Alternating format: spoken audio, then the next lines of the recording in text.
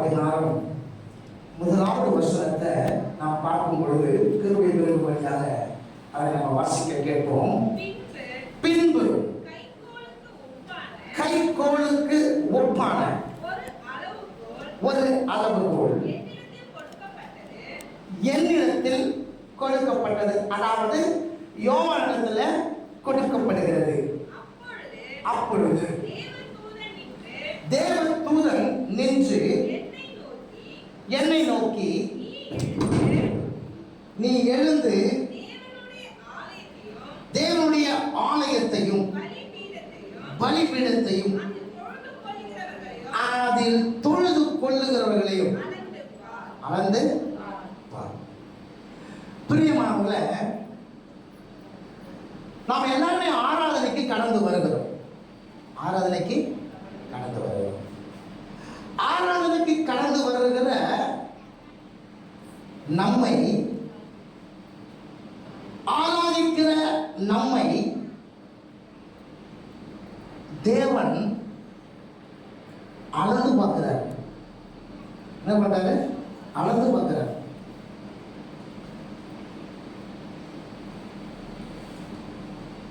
அவர் அளந்து பார்க்கும் பொழுது அந்த அளவு சரியா இருக்குதா என்பதை அவர் கவனிக்கிறார். நம்ம எல்லாருக்குமே நம்முடைய வாழ்க்கையில தேவனிடத்தில் இருந்து நன்மைகளை, தேவனிடத்திலிருந்து ஆசீர்வாதங்களை, தேவனிடத்திலிருந்து சகல காரியத்தையும் பெற்றுக்கொள்ள வேண்டும் என்று விருப்பம் நமக்கு இருக்கிறது. ஆனால் அந்த விருப்பம் உனக்குள்ளே நிறைவேற வேண்டும் என்று சொன்னால் நீ ஆராதிக்கணும். ஆராதிக்கும் பொழுது அங்கே சொல்லப்படுகிறது, ஒரு கைக்கோள் கொடுக்கப்படுகிறதா? ஒரு கைக்கோள் கொடுக்கப்படுகிறது. ஆராதிக்கிறவர்கள் குறித்து தேவன் சொல்லுகிற காரியம் என்ன? யோவான் சுவிசேஷம் 4ஆம் அதிகாரம் 23வது வசனத்தை நாம் வாசிக்கும் போது, யோவான் 4ஆம் அதிகாரம் 23வது வசனம், உண்மையாய் தொழுது கொள்ளுகிறவர்கள் பிதாவை ஆவியோடும் உண்மையோடும் காலம் வரும். வந்திருக்கிறது. நன்றாய் கவனிங்க. தம்மை தொழுது கொள்ளுகிறவர்கள் இப்படிப்பட்டவர்களாய் இருக்கும்படி பிதாவானவர், யோவான் 4ஆம் அதிகாரம் 23வது வசனத்துல தம்மை தொழுது கொள்ளுகிறவர்கள் இப்படி இருக்க வேண்டும் என்று தேவன் விரும்புகிறார் என்று இங்கே நமக்கு சொல்லப்பட்டிருக்கிறது. ஆனால் கிரேக்க மொழியில அங்கே என்ன சொல்லப்பட்டிருக்கிறதுனா, அவர் தேடுகிறார்.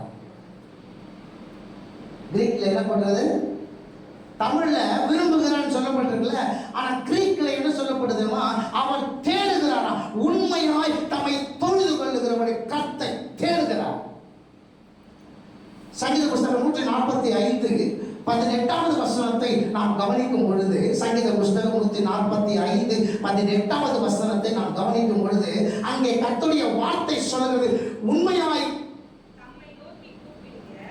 தம்மை நோக்கி கூப்பிடுகிற யாவருக்கும்.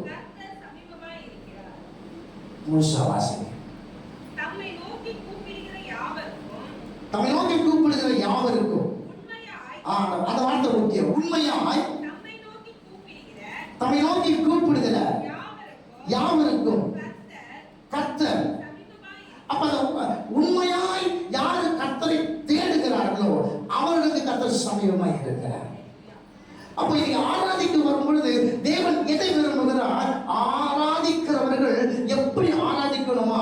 உண்மையா ஆராதிக்கணுமா? அப்படி உண்மையா ஆராதிக்கிற கர்த்தர் தேடுகிறார். ஆமென். அப்ப என்ன அர்த்தம்? இன்னைக்கு யாருமே என்ன பண்ணல? உண்மையா ஆராதிக்கிற. என்ன இருக்குல்ல? உண்மையா ஓகேங்களா? அதனாலதான் அந்த வெளிப்படுத்தின விசேஷம் 11ஆம் அதிகாரம் 1ஆம் வசனத்துல பார்க்கும் பொழுது யோவான் கிட்ட ஒரு கைக்கோல் கொடுக்கப்படுகிறது.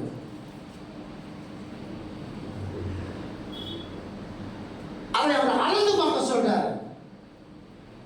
என்ன பண்றாரா? அளந்து பார்க்கணும். யாருக்கிட்ட? நம்ம கிட்ட தான். நம்மள அளந்து பார்க்க சொல்றாரு.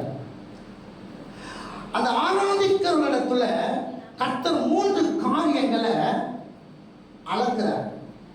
ஒன்று ஆலயம், 2வது பலிபீடம், 3வது தொழுது கொள்ளுகிறவர்களுடைய விதம்.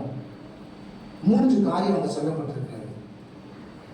வெளிப்படுத்தின விசேஷம் 11ஆம் அதிகாரம் 1ஆம் வசனத்தை வாசிங்க.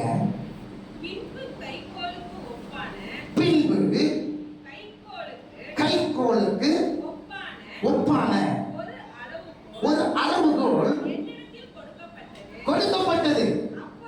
அப்பொழுது தேவதூதன் நின்று என்னை நோக்கி, நீ என்ன பண்ண? எழுந்து. அவர் சொல்றாரு, தூதன் சொல்றான் யோவான் கிட்ட, நீ எழுந்து, நீ எதை அளக்கணுமா? ஆலயத்தை, பலிபீடத்தை, அதை தொழுது கொள்ளுகிறவர்கள். அப்போ அங்க ஆராதிக்கிறவர்களிடம் கர்த்தர் 3 காரியங்களை அவர் அளக்க சொல்லுகிறார். என்ன சொல்றாரு? அளக்க சொல்றார். அளக்கிறதுக்கு ஒரு அளவுகோலை கொடுத்திருக்கிறார். அளக்கிறதுக்கு என்ன பண்ணாரா? அளவுகோலை கொடுத்திருக்கிறார். அந்த அளவுகோலை குறித்து நீங்க வேதத்துல பார்க்கணும். நமக்கு தெரிந்த அளவுகோல் எல்லாம் 1/2 அடி, 1 அடி, 1 மீட்டர். கரெக்டுங்களா? நீங்க டெய்லர் கடைலாம் பார்த்தீங்கன்னா இருக்கும். படிக்கிற பசங்கிட்ட பார்த்தீங்கன்னா 1/2 அடி, 1 அடி இருக்கும். படிக்கிற பசங்கிட்ட 1/2 அடி ஸ்கேலு, 1 அடி ஸ்கேல் இருக்கும். ஆனால் நீங்கள் வந்து டெய்லர் கிட்ட பார்த்தீங்கன்னா 1 மீட்டர் கிட்ட வச்சிருப்பாங்க, பெருசாக வச்சிருப்பாங்க இல்லையா? ஆனால் இங்கே சொல்லுகிற அளவுகோல் எது? எசேக்கியேல் 40ஆம் அதிகாரம் 5வது வசனம். எசேக்கியேல் 40:5.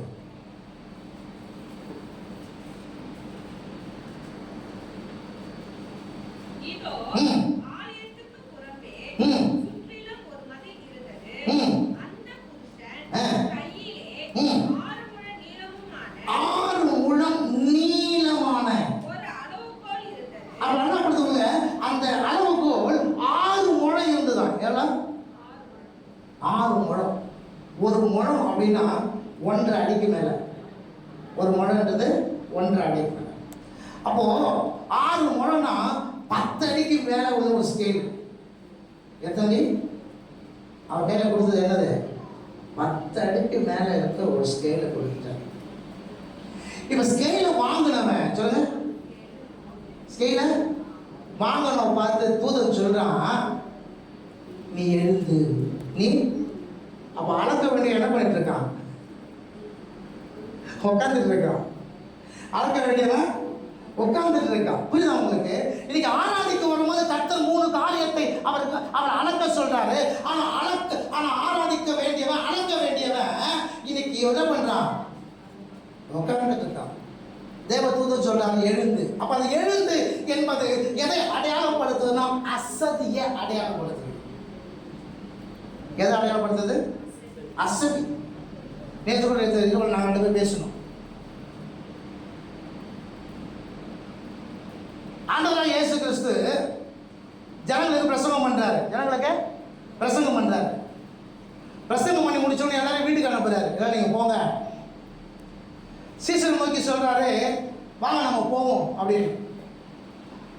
இவங்க இந்த கரையிலிருந்து அந்த கரைக்கு போறதுக்குள்ள ஜனங்க சுத்தி அவங்களுக்கு முன்னாடி வந்து நிக்கிறான். இயேசுடைய வார்த்தையை கேட்கறதுக்கு. இப்போ வசனம் சொல்றது, இயேசு மறுபடியும் பிரசங்கிக்க தொடங்கினார். இயேசு என்ன பண்ணாரு? அப்ப என்ன அர்த்தம்னா, ஏற்கனவே ஒரு பிரசங்கம் பண்ணிட்டாரு, மறுபடியும் பிரசங்கம் பண்றாரு. பிரசங்கம் பண்ண முடிச்ச பிற்பாடு அவங்கள அனுப்புறாரு. அனுப்பி முடிச்சோம் சீசர்கள் வந்து கேட்குறாங்க, இப்படி அவங்ககிட்ட பேசுறீங்களே, இதோடைய அர்த்தம் என்ன? இப்போ அவங்களுக்கு அதை விவரிச்சு சொல்லிட்டாரு. அவங்களுக்கு ஜனங்கிட்ட 2 தடவை சொல்லிட்டாரு. இப்போ சொன்னதை யாருக்கு விளக்கி சொல்றாரு? சீசர்களுக்கு விளக்கி சொல்றாரு. விலைக்கு சொல்றாரு. சொல்லிட்ட பிற்பாடு வாங்க நம்ம அக்கறைக்கு போவோம் அப்படின்னு கூப்பிடுறாரு. இப்போ போகும் பொழுது என்ன நடக்குது அப்படின்னா, கடல் கொந்தளிக்குது, காற்று அடிக்குது, கடல் கொந்தளிக்குது. இப்போ காற்றும் கடல் அலையும் அந்த படகுல மோதுது. கப்பலின் பின்னணியத்தில் கர்த்தர் நித்திரையாக இருக்கிறார். அல்லேலூயா.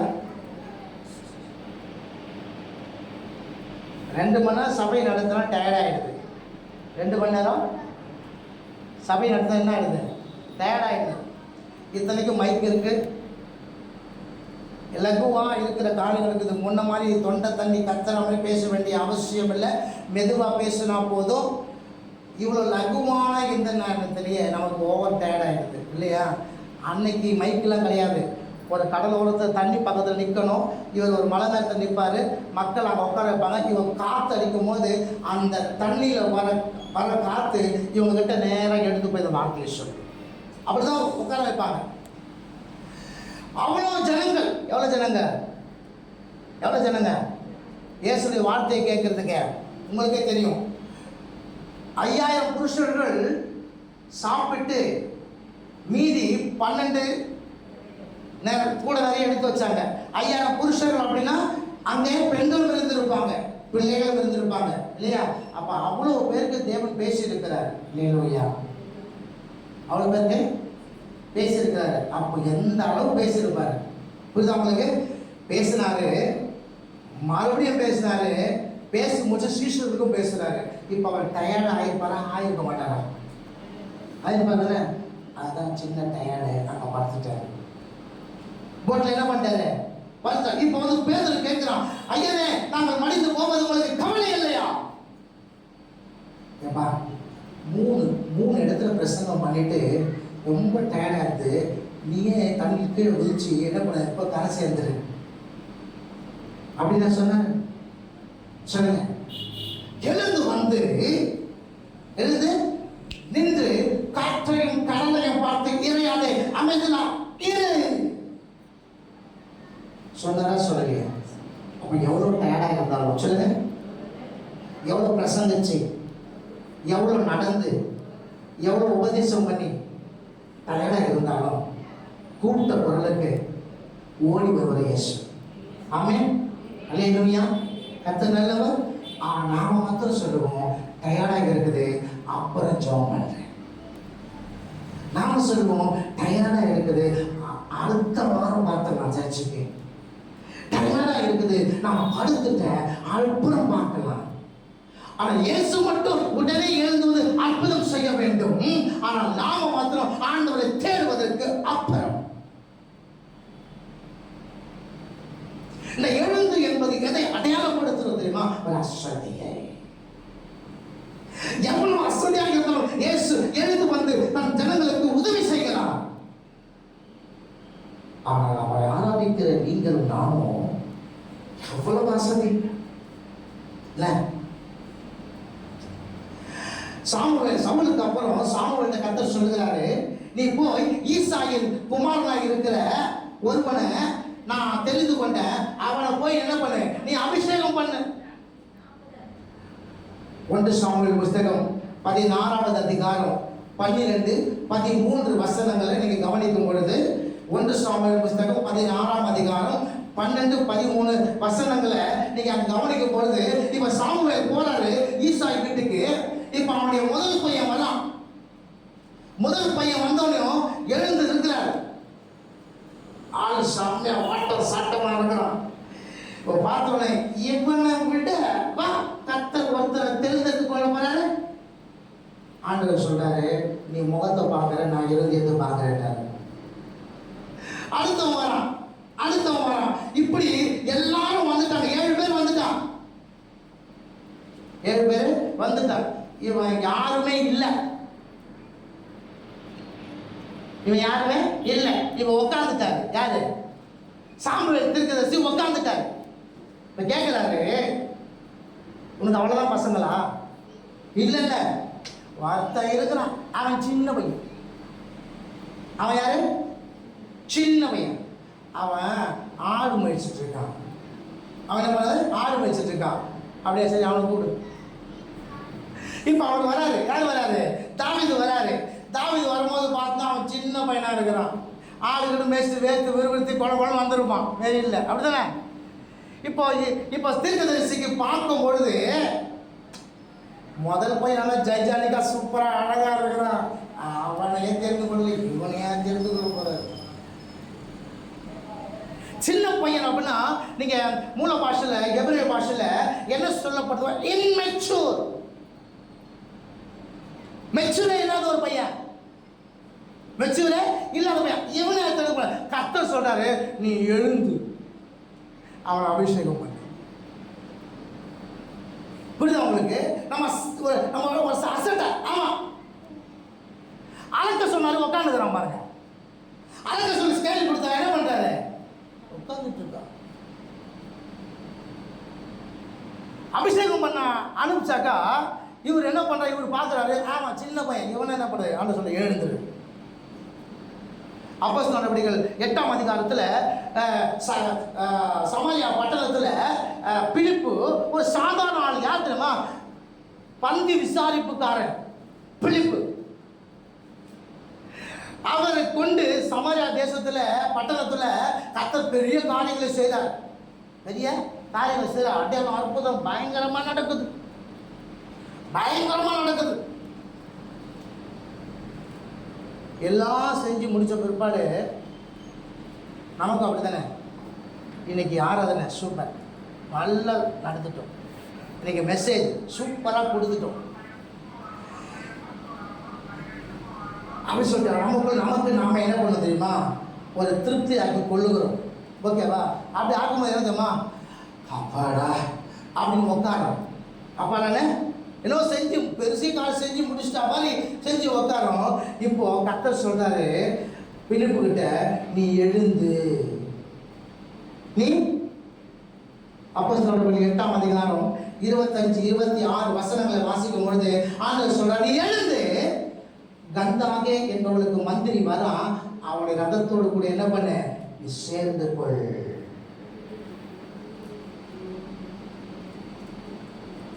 இன்னைக்கு அழைக்க வேண்டியவர்கள் அசதியா உட்கார்ந்துட்டாங்க. அழைக்க வேண்டியவங்க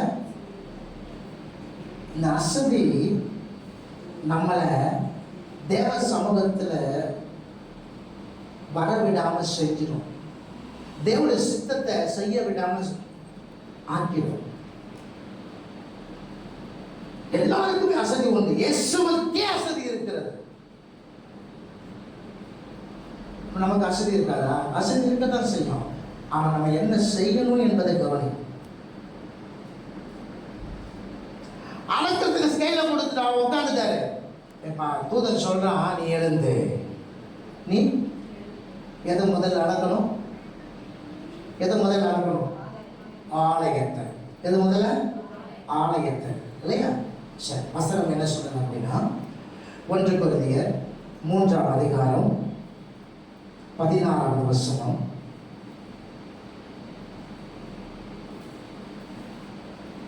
என்ன சொல்லுது? 6ஆவது வசனம். 1 கொரிந்தியர் 3:16. நீங்கள் தேவனுடைய ஆலயமாய் இருக்கிறீர்கள்.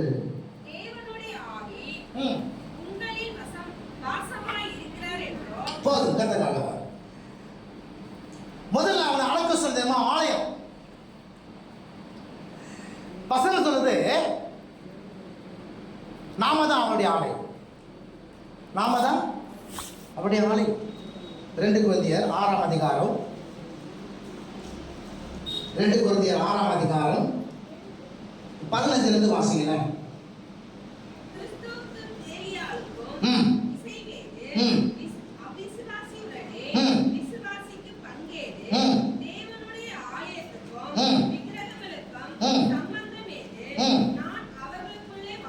நான் அவர்களுக்குள்ளே வாசம் பண்ணி அவர்களுக்குள்ளே உலாவி அவர்கள் தேவனாய் இருப்பேன். அப்போ அவர் நமக்குள்ளே வாசம் பண்ணி நமக்குள்ளே உலாவுகிறார். நாம அவருடைய ஆலயம். 1 கொரிந்தியர் 6ஆம் அதிகாரம் 19ஆம் வசனத்தை வாசிங்க. 1 கொரிந்தியர் 6ஆம் அதிகாரம் 19ஆவது வசனம்.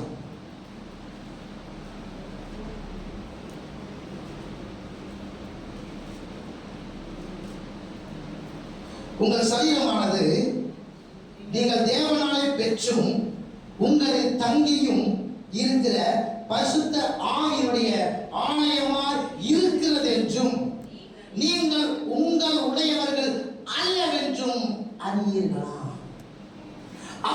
யோவான் கிட்ட சொல்லும் முதல்ல நீ ஆலயத்தை என்ன பண்ணுப்பா, நீ அல. அந்த ஆலயம் யாரு? நீங்கள் நானும் தான். அந்த ஆலயம் யாரு? நீங்கள் நானும் தான்.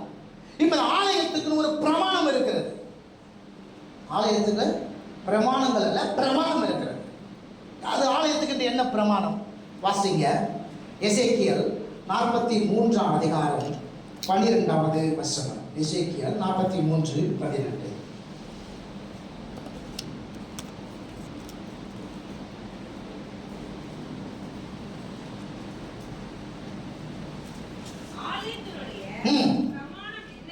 ஆலயத்துடைய பிரமாணங்களா? பிரமாணமா? பிரமாணம் என்றால் மலை உச்சியின் மேல் சுற்றிலும் அதில் எல்லை எங்கும். ஆலயத்தினுடைய பிரமாணம் என்ன அப்படின்னா, பரிசுத்தம் அல்ல, மிகவும் பரிசுத்தம். நீங்களும் தேவனுடைய ஆலயமாக இருக்கிறோம். இந்த ஆலயத்துக்குள்ள பரிசுத்தம் அல்ல, மிகவும் பரிசுத்தம் என்ற பிரமாணம் இருக்கும். அல்லேலூயா. தேவனை ஆராதிக்க வந்திருக்கிறோம். நீங்க எல்லாரும் ஒவ்வொரு ஒரு விண்ணப்பம், ஒரு வேண்டுதலும் வந்திருப்பீங்க.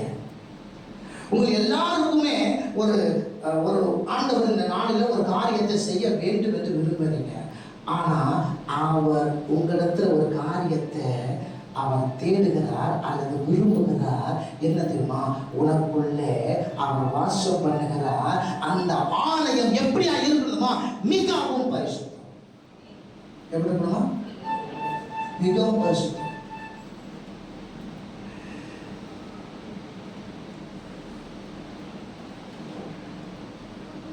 போன ஆலயத்துக்கு வந்தோம். இதெல்லாம் திரும்ப ஆலயத்துக்கு வந்திருக்கிறோம்.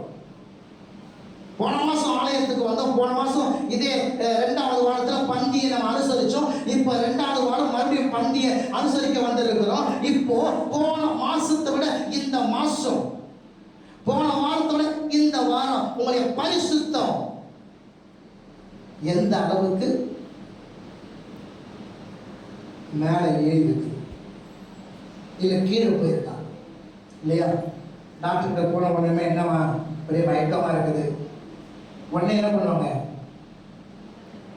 பிபி மிஷின் எடுத்து அளக்குறாங்களா? ஒரு மீட்டர் காட்டுதா இவ்வளோ இருக்குன்னு சொல்லி? ஆமாவா இல்லையா? அதே மாதிரி தான் நீ ஆலயத்துக்கு வந்திருக்கிற. இந்த ஆலயத்தை அளக்கிறதுக்கு ஒரு ஸ்கேல் இருக்குது. அந்த ஸ்கேலை வச்சு தேவன் அளக்குறாரு. என்னதுமா? பரிசுத்த அளவுக்கு. நீ எது அவனோட கேள், நீ பெற்றுக்கொள்ளணும் அப்படின்னா ஆண்டவர் மிகவும் பரிசுத்தம் உங்கள்கிட்ட எதிர்பார்க்கிறாரு. யோசுவா 3ஆம் அதிகாரம் 5ஆம் வசனத்தை கவனிக்கும் பொழுது அங்கே கர்த்தருடைய வார்த்தை சொல்கிறது, இன்றைக்கு உங்களை பரிசுத்தம் பண்ணிக் கொள்ளுங்கள். இன்றைக்கு இன்னைக்கு பரிசுத்தம் பண்ணிக்கொள்ளுங்க. நாளைக்கு கர்த்தர் மத்தியில் அற்புதம் செய்வார். எல்லாருக்குமே என்ன ஆசை தெரியுமா? அற்புதத்தை பெற்றுக்கொள்ளணும், அதிசயத்தை பெற்றுக்கொள்ளணும், அதிசயத்தை பார்க்கணும். என் கடன் பிரச்சனை, பொருளாதார பிரச்சனையிலிருந்து நான் ஒரு பெரிய ஒரு மாற்றத்தை காணலாம். நிச்சய மாற்றத்தை கர்த்தர் வாழ்க்கையை உண்டாக்குவார். ஆனா அவன் அளந்து பார்க்கும் பொழுது தேவனுடைய ஆலயமாக இருக்கிற நீயும் நானும் எந்த அளவுக்கு பரிசுத்தத்தை வளர்ந்திருக்கிறோம். 1 பேதுரு 1ஆம் அதிகாரம் கடைசி 2 வசனங்கள் வாசிங்க. 1 பேதுரு 1ஆம் அதிகாரம்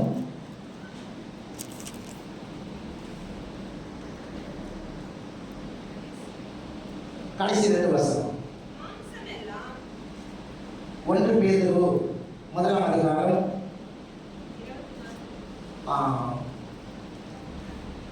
பரிசுத்தர் 13 வாசிங்க.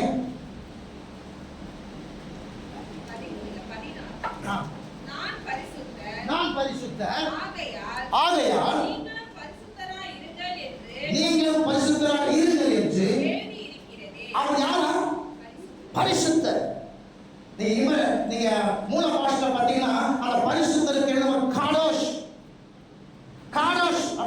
பரிசுத்தர். ஏசாயா 6:3 சொல்றது சேனைகளின் கர்த்தர் பரிசுத்தர் பரிசுத்தர் பரிசுத்தர். ஆனா நீங்க மூல பாஷையில பார்க்கும்போது அந்த பரிசுத்தருக்கு பக்கத்துல ஒரு நீட்டு கோடு போட்டிருக்கும். அடுத்த பரிசுத்தம் ஒரு நீட்டு கோடு போட்டிருக்கும். அடுத்த பரிசுத்தம் ஒரு நீட்டு கோடு போட்டிருக்கும். என்ன தெரியுமா? அந்த இடத்துல பரிசுத்தர் காடோஷ்,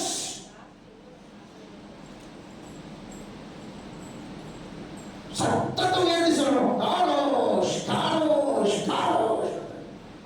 உங்களை என்னை அழைத்த தேவன் எப்படிப்பட்டவர்னா அவர் பரிசுத்தம் உள்ள தேவன். இந்த பரிசுத்தம் அவருக்கு மாத்திரம் தான் சொல்ல முடியும், மற்ற யாருமே சொல்ல முடியாது. நான் பரிசுத்தம் உள்ள தேவன் என்று சொல்லி. இத கிரேக்க மொழியில பாத்தீங்க அப்படின்னா அதுக்கு பேர் இந்த பரிசுத்தத்துக்கு ஆகியோஷ். ஆகியோஷ் அப்படின்னா மாறுபட்டவனாக. எப்படி இருக்கணும்? மாறுபட்டவனாக. நீங்க வீட்டுல போய் வாசித்து பாருங்க. லேவிய ராகமும் 12-13 அதிகாரத்துல பாத்தீங்க அப்படின்னா அந்த குஷ்ட ரோகத்தை பற்றி சொல்லப்பட்டிருக்கும். ஒரு குஷ்ட ரோகம் பிடித்தவன் என்ன பண்ணோம், அவனை சரியாயிடுச்சு அப்படின்னாக்க என்ன பண்ணோம், 2 குருவி, ஒரு பானை, கொஞ்சம் தண்ணி, அதுல ஒரு கட்டை, ஒரு சிவப்பு நூல், இதை கொண்டு வரணும் ஆசார கிட்ட. இப்போ 2 குருவி அந்த பானைக்குள்ள தண்ணியை ஊற்றுவான். இப்போ ஒரு குருவி என்ன பண்ணுவதுமா, அதை அறுப்பான். அதை அறுத்து என்ன பண்ணுவான், அந்த தண்ணியில் என்ன பண்ணுவான், அதை என்ன பண்ணுவான், அதை அலசுவான். அலசிட்டு கீழே அலசும் போது அந்த ரத்தம்லாம் எதில் போயிடும், அந்த பானைக்குள்ளே தண்ணி போயிடும்.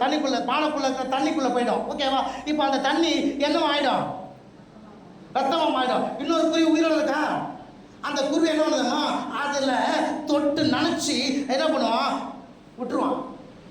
என்ன பண்ணுறான்? இப்ப இந்த குருவி நேரம் எங்க போவோம், அந்த இனத்துக்கிட்ட போய் உட்காராதா? உட்காராதா? இப்ப அங்க 100 குருவி இருக்குன்னா இந்த குருவி எத்தனை குருவியா போய் உட்காராது, 101 குருவியா போய் உட்காருது. ஆனா அந்த 100 குருவிகள் மத்திய இது 101வது குருவியா போய் உட்காரும் போது அந்த 100 குருவிக்கு மத்தியில இந்த குருவி எப்படி தெரியும்? அதே போலதாங்க எவ்வளவு பேர் மத்தியில் நீங்க நான் உட்கார்ந்தாலும் நீங்க நான் வித்தியாசமா மாறுபட்டவனாக இருக்கோம். ஆலயத்துக்கு வரும் பொழுது தேவன் அளந்து பார்க்கிறாரு, உன் பரிசுத்தம் எந்த அளவுக்கு இருக்குது.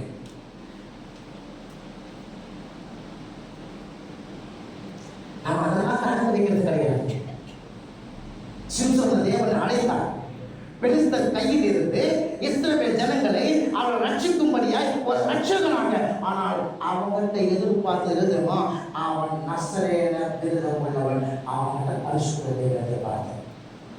அந்த பரிசுத்தத்திற்கு அவன் என்னைக்கு ஒரு பந்தகம் விளைவித்தானோ அன்னைக்கு அவன் ரட்சகனாக அல்ல கேலிக்கை சித்திரமாய் மாறிட்டான். பாருங்க. அல்லேலூயா. கர்த்தர் நல்லவர். எல்லாருக்கும் விருப்பம் இருக்கிறது. உன் பிரச்சனையிலிருந்து, உன் பலவீனத்திலிருந்து, உன்னுடைய பாடுகளிலிருந்து எல்லாத்திலிருந்து விடுதலை அடைய முடியும். உன் பரிசுத்தத்தை ஏற்றார். நீ விரும்புகிற பரிசுத்தம் அல்ல, தேவன் உன்னிடத்தில் எதிர்பார்க்கிற பரிசுத்தம். தேவன் உன்னிடத்தில் எதிர்பார்க்கிற பரிசுத்தம் என்ன? ஆலயத்துக்கு ஒரு பிரமாணம் இருக்கிறது. என்ன? அது மிகவும் பரிசுத்தம். சொல்லுங்க. கர்த்தர் என்கிட்ட எதிர்பார்க்கிறது மிகவும் பரிசுத்தம். காரணம் என்ன? நான் ஜீவனுள்ள தேவனுடைய ஆலயம். இந்த ஆலயத்துக்குள்ள அவர் வாசம் பண்ணி அவர் போகிறார். கர்த்தர் நல்லவர். அவன் அப்போ யோவான் கிட்ட அளந்து பார்க்கலாம். அவர் ஸ்கேல கொடுத்துட்டாரு. எதை முதல்ல அளந்து பார்க்க சொல்றாரு? ஆலயத்தை. சொல்லுங்க. அந்த ஆலயம் நீங்கள் தானே. அந்த ஆலயத்தோட ஒரு பிரமாணம் இருக்கிறது. அந்த பிரமாணம் என்ன? மிகவும் பரிசுத்தம். நீங்க எந்த அளவுக்கு பரிசுத்தத்தை இருக்கிறீங்க? அந்த 1 பேதுரு 1ஆம் அதிகாரத்தை 10ஆம் வசனம் வாசிக்கிறீங்க இல்லையா? 12 வாசிங்க. 12 வாசிங்க. 1 பேதுரு 1ஆம் அதிகாரம் 12ஆம் வசனத்தை வாசிங்க.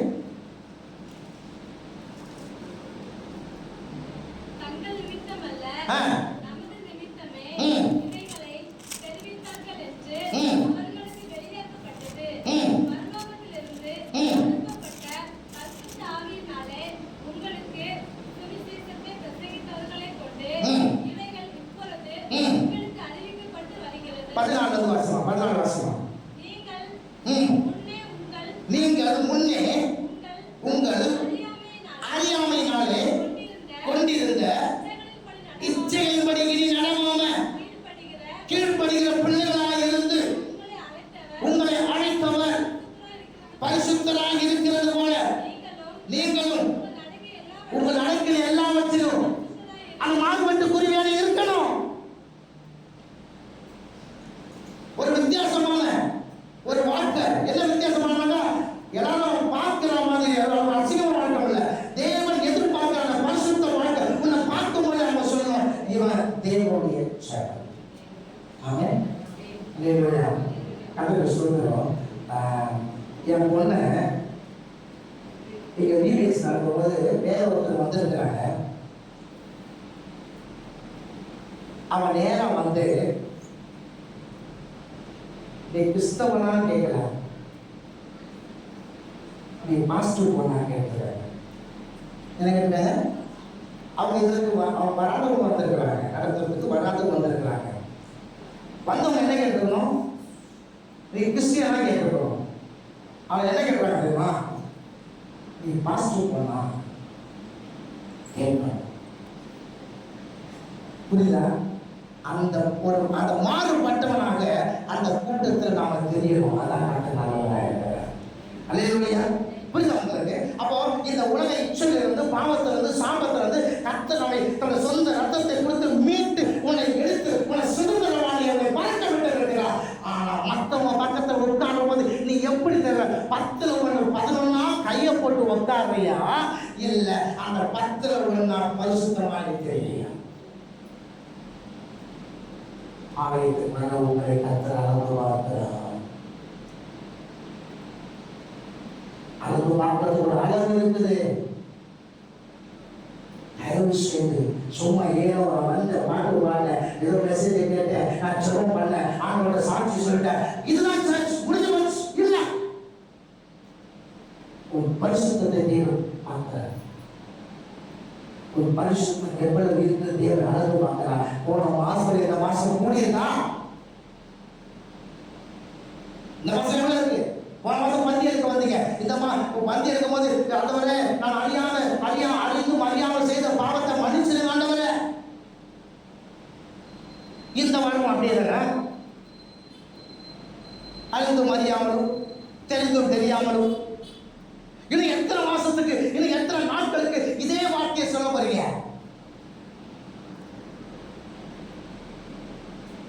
பந்திக்கு பரிசுத்தம் அல்ல சொல்லுங்க. பந்திக்கு பரிசுத்தமாக இருக்கிறவன் தான் பந்தியை அனுசரிக்கிறான். அவன் முதல்ல எதை அளந்து பார்க்கப்படுவாங்க? ஆலயத்துக்குள்ள என்ன இருக்கணும்? என்ன இருக்கணும்? ஆலயத்துக்குள்ள இருக்கணும் மிகவும் பரிசுத்தம். சொல்லுங்க. வெறும் பரிசுத்தம் என்ற வார்த்தை இல்ல, மிகவும் பரிசுத்தம் என்ற ஆண்டவர் விரும்புகிறார். அது இருக்குதா? 2வது அவர் அளந்து பார்க்க சொல்லுகிறது.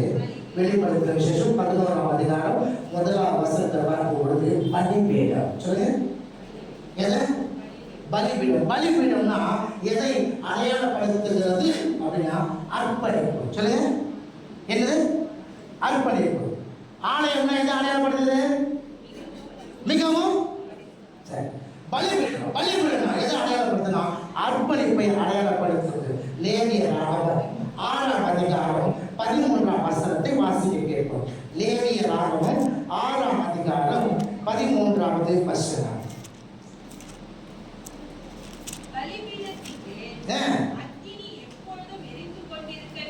பலிபீடத்தின் மேல அக்கினி எரிஞ்சிருக்கணும் அப்படின்னு சொல்லப்பட்டதா?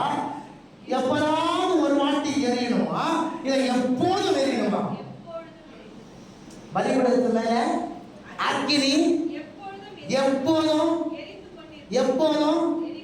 எரிந்து கொண்டிருக்கணும். எப்போதும் அக்கினி எரிச்சுக்கிட்டே இருக்கணும். லேவியராகமம் 9ஆம் அதிகாரத்துல பார்த்தீங்கன்னா தேவனுடைய அக்கினியை கொண்டு வந்து வைப்பாங்க. 10ஆம் அதிகாரம் 1ஆம் வசனத்தை பார்த்தீங்கன்னா நாதாவும் அபியூவும் என்ன பண்ணுவான், அந்நிய அக்கினியை கொண்டு வந்து உள்ள வைப்பாங்க. என்னைக்குமே அந்நிய அக்கினி என்ன பண்ணக்கூடாது, இந்த தேவனுடைய பலிபீடத்துக்குள்ள வரக்கூடாது.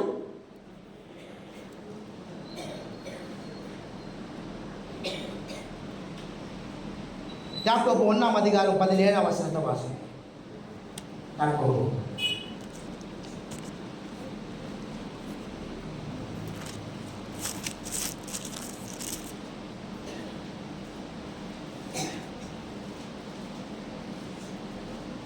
யாக்கோபு 1:17. நன்மையான எந்த ஈவும் பூர்ணமான எந்த வரமும் பரத்திலிருந்து உண்டாகி ஜோதிகளின் பிதாவிடத்திலிருந்து இறங்கி வருகிறது. எங்கிருந்து வருது?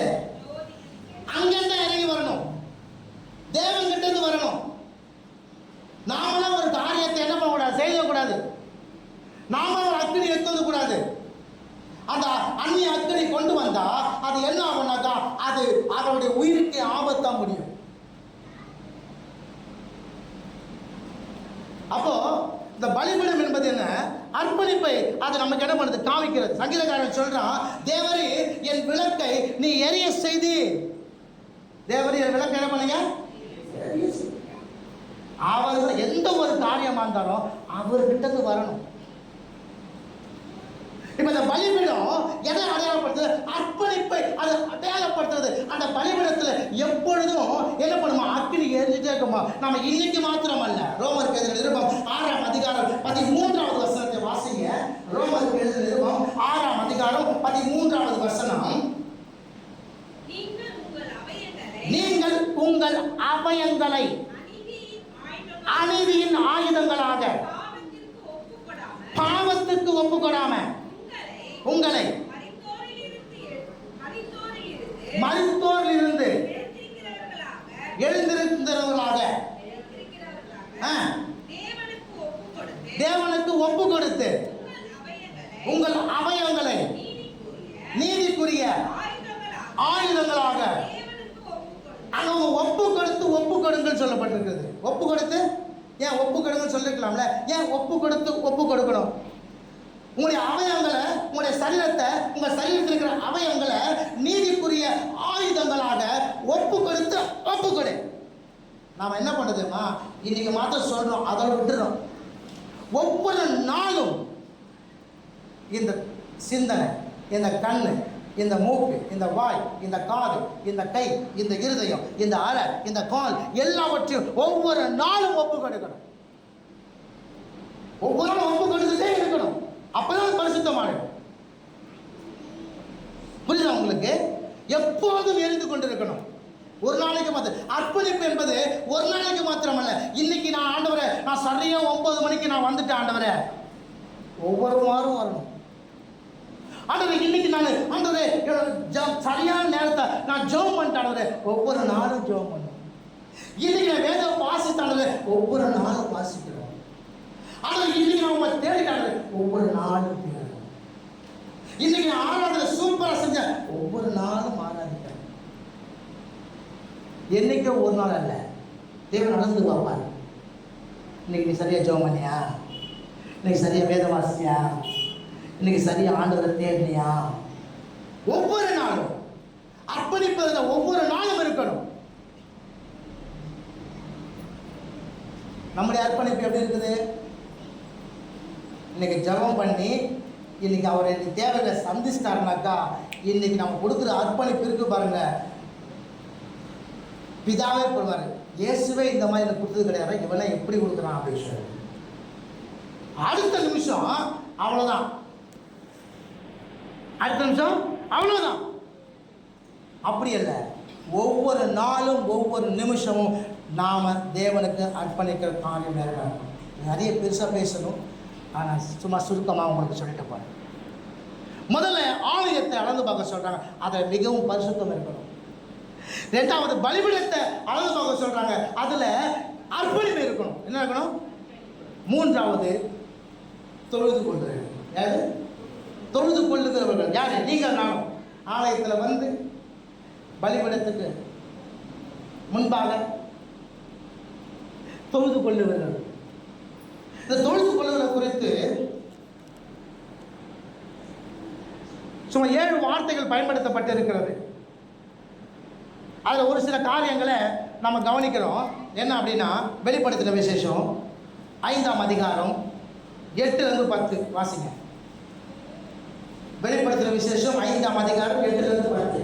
அந்த புத்தகத்தை அவர் வாங்கின பொழுது அந்த 4 ஜீவன்களும் 24 மூப்பர்களும் தங்கள் தங்கள் சுரமண்டலங்களையும் பரிசுத்தவான்களுடைய ஜெபங்களாகிய தூப வர்க்கத்தால் நிறைந்த பொற்கலசங்களையும் பிடித்துக்கொண்டு ஆட்டுக்குட்டியானவருக்கு முன்பாக வணக்கமாய் விழுந்து தேவரீ புத்தகத்தை வாங்கவோ அதை முத்திரைகளை உடைக்கவோ பாத்திரராய் இருக்கிறீர். ஏனெனில் நீர் அடிக்கப்பட்டு சகல கோத்திரங்களிலும் பாஷைக்காரரிலும் ஜனங்களிலும் ஜாதிகளிலும் இருந்து எங்களை தேவனுக்கென்று உம்முடைய இரத்தத்தினாலே மீட்டுக்கொண்டு எங்கள் தேவனுக்கு முன்பாக எங்களை ராஜாக்களும் ஆசாரியர்களும் ஆக்கி நாங்கள் பூமியிலே அரசாளுவோம் என்று புதிய பாட்டை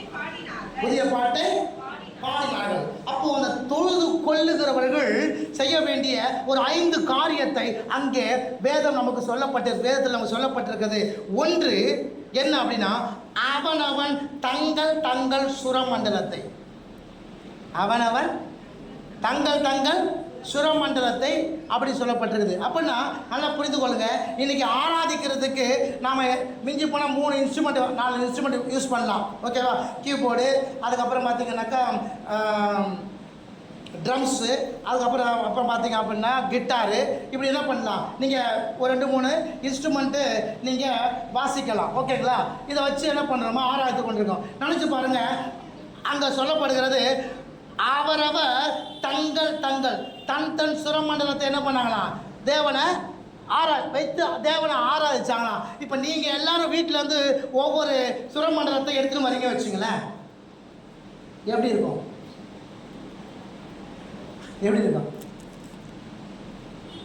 அப்போ அதை எதை குறிக்கிறது? எத்தனை இன்ஸ்ட்ருமெண்ட்டு இங்கே இருந்தாலும் அவனவன் தன் ஆத்துமாவை தேவனுக்கு கொடுத்து ஆராதிக்கிறது தான் முதல் காரியம். எவ்வளோ இன்ஸ்ட்ருமெண்ட் இருக்கட்டும், எவ்வளோ இன்ஸ்ட்ருமெண்ட் எல்லாருமே ஆராதிச்சிருவாங்களா? இல்லை. ஒருத்தன் இங்கே பார்த்துட்டு இருப்பான், ஒருத்தன் கீழே பார்த்துட்டு இருப்பான், ஒருத்தன் அப்போ தான் பைபிள் திறந்துன்னு இருப்பான், ஒருத்தன் அப்போ தான் என்ன அடுத்தவன் என்ன ட்ரெஸ்ஸு போட்டு வந்தவன் பார்ப்பான், ஒருத்தன் என்ன பண்ணுவான், அப்போ தான் என்ன பண்ணுவான், அந்த குழந்தைங்க விளையாடிட்ட பார்ப்பான். அப்படிதான் ஆராதிக்க வந்திருக்கிற நாம என்ன பண்ணுவோம், இதை வைத்த இல்லை, நான் என்னுடைய சுரமண்டலத்தை வைத்து. இல்லையா? நீங்கள் சங்கீதத்தில் பார்த்தீங்கன்னாக்கா கைக்கே நமக்கு சுரமண்டலம் தானே.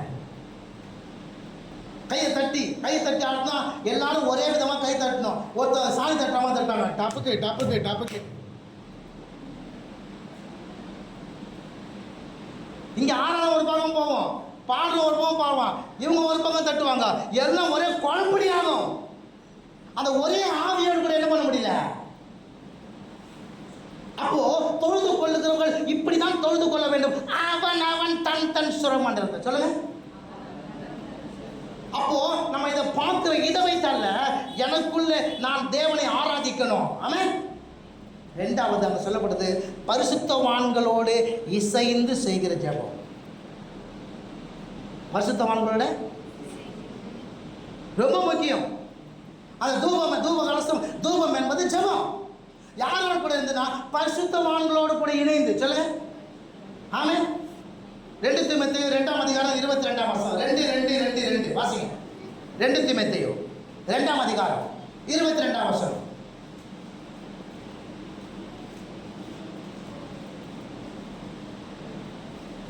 2 தீமோத்தேயு 2ஆம் அதிகாரம் 22ஆம் வசனம். அன்றியும் பாலியத்துக்குரிய இச்சைகளுக்கு விலகி ஓடி சுத்த இருதயத்தோட கர்த்தரை தொழுது கொள்ளுகிறவர்களுடனே நீதியும் சமாதானத்தை அடையபடி கர்த்தர் நல்லவராக இருக்கிறார். அப்போ நம்முடைய ஐக்கியம் எப்படி இருக்கணும்னா, பாலியல் இச்சைக்கு விலகி ஓடி சுத்த இருதயத்தோட கர்த்தரை தொழுது கொள்ளுகிறவர்களோடு கூட நாம் சேர்ந்து தேவனை ஆராதிக்கணும்.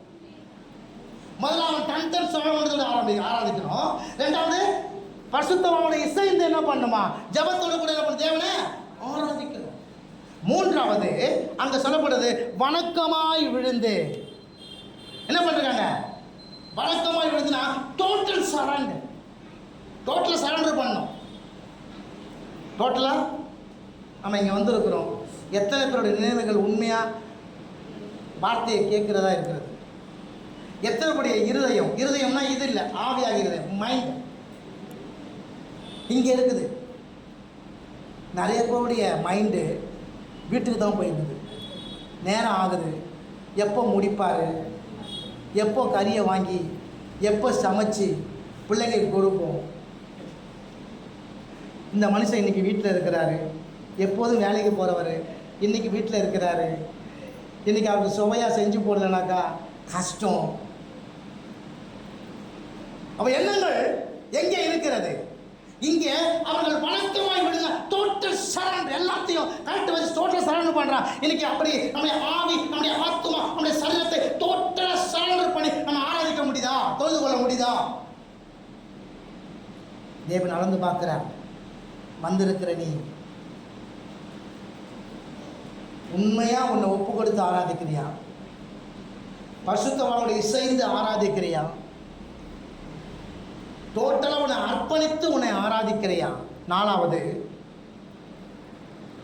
பாத்திரவாராய் இருக்கிறீர். யாரு அதை ஆராதிக்கிறவங்க என்ன சொல்லி ஆராதிக்காதமா, அவர் பாத்திரராய் இருக்கிறாரா? எப்படி இருக்காரா?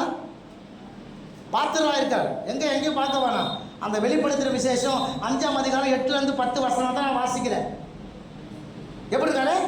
பாத்திரராய் இருக்கிறார். நம்ம ஆராதிக்கும் போது எல்லாம் ஜெபம் பண்ணுவோம், சோதராம் சோதராம் சோதராம் சோதராம் சோதரம். எதுக்கு சோத்திரம் பண்ற?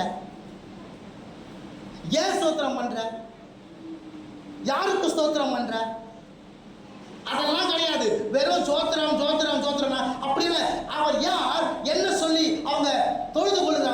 அவர் பாத்திரராய் இருக்கிறார். தொழுது கொள்வதற்கு அவர் பாத்திரராய் இருக்கிறார். என் தேவைகளை சந்திப்பதற்கு அவர் பாத்திரராய் இருக்கிறார். என்னை இக்கட்டிலிருந்து விலக்கி மீட்க அவர் பாத்திரராய் இருக்கிறார். என்னை வியாதியிலிருந்து மீட்க அவர் பாத்திரராய் இருக்கிறார். என்னை அபிஷேகம் பண்ண அவர் பாத்திரராய் இருக்கிறார். என் கரத்தை பிடித்து நடத்த அவர் பாத்திரராய். இப்படி சொல்லி சொல்லி துதிக்கணும். ஆராதிப்போம் அப்படின்னா ஜோதிராம் ஜோதிராம் ஜோதிராம் ஜோதிராம் அப்படி பண்ணக்கூடாது. சொல்லி துதிக்கணும். அவர் எதற்கு பாத்திரராக இருக்கிறார்? தேவன் அளந்து பார்க்கிறார். உனக்கு எத்தனை நன்மைகள் செய்திருக்காரு இல்லையா? செஞ்சிருக்காரா இல்லையா? அம்மா போகிறதுல ஒரு பெரிய சாட்சியம் சொன்னாங்க. எனக்குமே இல்லாத ஒருத்தர் எல்லாம் ரெடி இல்லை, வேற ஒருத்தர்கிட்ட என்ன பண்ணிட்டாங்க, புதுசாக ஒரு ஆளுகிட்ட எல்லா பொருளும் வாங்கி கொடுத்துட்டாங்க. ஆனால் வாங்கி கொடுத்த பொருள் அவர் எங்கே போனாருன்னே தெரியல. ஆனால் கடைசியில் கர்த்தருடைய கிருபையினாலே அவனே பார்த்து அம்மா கூப்பிட்டுருக்கிறான். ஆமென், அல்லேலூயா. புரியுதா? ஆனால் போயிருந்து தான். புரியுதா? அப்போ என்ன, நான் எவ்வளவு கஷ்டப்பட்டு நான் இந்த வெயிலையும் இந்த மழையிலையும் நான் உட்காந்து என் கால் வலிக்க நான் உட்காந்து இந்த வியாபாரத்தை பண்ணுறேன். இப்போ அந்த வியாபாரத்துக்கு வந்த அந்த காசு அம்போடு போக தேவன் விட மாட்டாரு. தேவன் அதை பெருக பண்ண வல்லவராக இருக்கிறார். ஆமென். சொல்லி துதிக்கணுங்க, சொல்லி துதிக்கணும். என் பலவீனத்திலிருந்து என்னை விடுதலையாக்க அவர் பாத்திரராக இருக்கிறார். சொல்லி துதி. விடுதலை ஆக்கியிருக்காரா இல்லையா? சுகத்தை கொடுத்தாரா இல்லையா? தேவனை சந்தித்தாரா இல்லையா? அப்போ துதிக்கும் பொழுது எப்படி துதிக்கணும்? சொல்லி துதிக்கணும். என்ன சொல்லி? நீ பாத்திரராக இருக்கிற. ஆமென். காரணத்தோடு. என்னத்தோடு? ஆபிரகாமுக்கு முன்னாடி என்ன பேரு? ஆபிரகாமுக்கு முன்னாடி என்ன பேரு? ஆபிரகாம். பின்னாடி ஒரு எழுத்த சேர்த்தாரு, கா. அது என்ன காரண பெயர்? சொல்லுங்க, என்ன பெயர்? காரண பெயர். முதல்ல சாராளுக்கு என்ன பெயர்? சாராய். அந்த ஈ எடுத்துட்டு இல்ல வச்ச காரண பெயர். அப்ப நம்ம தேவனை ஆராதிக்கிறதுக்கு ஒரு காரணம் இருக்கணுமா இருக்கக்கூடாதா? இருக்குல்ல, அவர் எல்லாத்துக்கும் பாத்திரரா இருக்கிறாரா இல்லையா? சொல்லி ஆராதிக்கணும். ஐந்தாவது அவங்க புதுப்பாட்டை பாடினாங்களாம். அந்த ஐந்தாவது புதுப்பாட்டு அப்படின்னா புதிய, அதாவது ஒரு பாடுகின்ற ஒரு ஆவி, அதாவது புதிய ஆவியினால தேவனை அவர்கள் ஆராதித்தார்கள். அல்லேலூயா. தொழுது கொள்ளுங்கள். எப்படி தொழுது கொண்டாங்க? அவனவன் தன் தன் சுரமன்றத்தை தனித்து ஆராதித்தான். எதுவும் எனக்கு தேவையில்லை, நான் என் தேவனை ஆராதிக்கிறதுக்கு எந்த இன்ஸ்ட்ருமெண்ட் எனக்கு தேவை கிடையாது. எனக்கு தேவன் வாயை கொடுத்துருக்காரு, எனக்கு கையை கொடுத்துருக்காரு, நல்ல கையை தட்டி நான் ஆராதிப்பேன். அல்லேலூயா. பரிசுத்தவான்களோடு இணைந்து நான் ஜெபம் பண்ணுவேன்.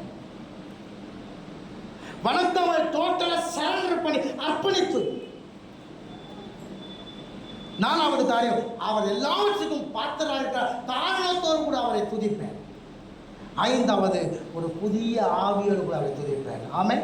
அவ மூன்று காரியங்கள் அங்கே அலட்டப்படுகிறது. ஒன்று ஆலயம், ஒன்றான பலிபீடம், மூன்றாவது தொழுது கொள்ளுகிறவர்கள். ஆலயம்னா எதை அடையாளப்படுத்துகிறது? அது பரிசுத்தம், மிகவும் பரிசுத்தம். பலிபீடம் அந்த அர்ப்பணிப்பை அடையாளப்படுத்துகிறது. தொழுது கொள்ளுகிறவர்கள் 5 விதத்தில் அதை தொழுது கொள்ள வேண்டும். இப்படி யோவான்கிட்ட கொடுத்து அங்கே அழைக்கப்படுகிறது. ஒவ்வொரு நாட்களையும் ஒவ்வொரு நாளும் தேவனை ஆராதிக்க தேவ ஆலயத்துக்கு வரும்பொழுது இதை அளந்து பார்க்கப்படுகிறது. ஆனால் இப்போ நாம விழாவிக்கிறோம், பந்திக்கு வந்திருக்கிறோம். பந்திக்கு நாம் வந்திருக்கிறோம். நம்மை நாம இதனால் தெரிந்தால் நாம் நான் இருக்க படம் நிச்சயமான தேவனுடைய ஆலயம். பரிசுத்தத்தின் அளவு எவ்வளவு இருக்கு? நீ ஒரு பலிபீடம். தேவனுக்கு உன்னை அர்ப்பணிப்பதில் எந்த அளவு நீ இருக்க? மூன்றாவது, தொழுது கொள்ளுகிற விதம் எப்படி இருக்கு? இது மூன்று சரியாக இருந்தால் நீ கேட்டுக்கொள்வது எதுவோ அது உனக்கு கொடுக்கப்படும். ஆமென். அல்லேலூயா. நீ கேட்டுக்கொள்வது எதுவோ அது உனக்கு என்ன பண்ணும்? கொடுக்கப்படும். அப்போ எல்லாருக்கும் ஒரு நினைவு இருக்கணும். நான் ஆராதிக்கும் போது ஒரு அளவு ஸ்கேல் இருப்பா, அளக்குறாரு. என்ன பண்றாரா? அளக்குறாரு என்பதை தயவு செய்து மறந்து விடாதீங்க. மூன்று காரியத்தை தேவன் உங்களுக்கு எதிர்பார்க்கிறார். பரிசுத்தம், அர்ப்பணிப்பு, தொழுது கொள்ளுகிற விதம். சொல்லுங்க. பரிசுத்தம், அர்ப்பணிப்பு, தொழுது கொள்ளுகிற விதம். இது மூன்றும் எந்த அளவு இருக்கிறதோ அந்த அளவு உங்களுக்கும் எல்லாம் செய்து கொடுப்பார்கள். ஆமென். அல்லேலூயா. கர்த்தர் நல்லவர். நல்ல தகப்பனே, இந்த வேலைக்காய் ஸ்தோத்திரம். தேவனாகிய கர்த்தருடைய நாமம் மகிமைப்படும்படியாக இந்த நாளிலே ஆண்டவரே, ஆலயத்துக்கு ஆராதிக்க வருகிற எங்களிடத்துல நீங்கள் எதிர்பார்க்கிற 3 காரியங்கள் என்ன என்பதை குறித்து ஆண்டவரே நாங்கள் அறிந்து கொள்ள உதவி செய்யுங்கப்பா. ஊழியக்காரனிடத்தில் தூதர்கிட்ட சொல்லி ஆலயத்தையும் பலிபீடத்தையும் தொழுது கொள்ளுகிறவர்களையும் அவருடைய விதத்தையும் அளந்து பார்க்க சொன்னீங்க. நாங்கள் ஆராதிக்கிறவர்கள் இந்த 3 காரியங்கள் அளக்கப்படுகிறது. எங்களுக்குள்ளே மிகவும் பரிசுத்தமும், எங்களுக்குள்ளே தகப்பனை அர்ப்பணிக்கப்பட்ட ஒரு வாழ்க்கை, எங்களுக்குள்ளே தகப்பனை தேவனை அந்த பரலோகத்துக்கு போன பின்பு நாங்கள் எப்படி ஆராதிக்க போகிறோம் என்பதை குறித்து இந்த நாளிலே நாங்கள் காலை எங்களுக்கு உதவி செய்யுங்க. சொல்லப்பட்ட சத்தியத்துக்குள்ள இவர்களை ஒப்புக்கொடுத்து நான் வேலை அடைக்கிறேன்.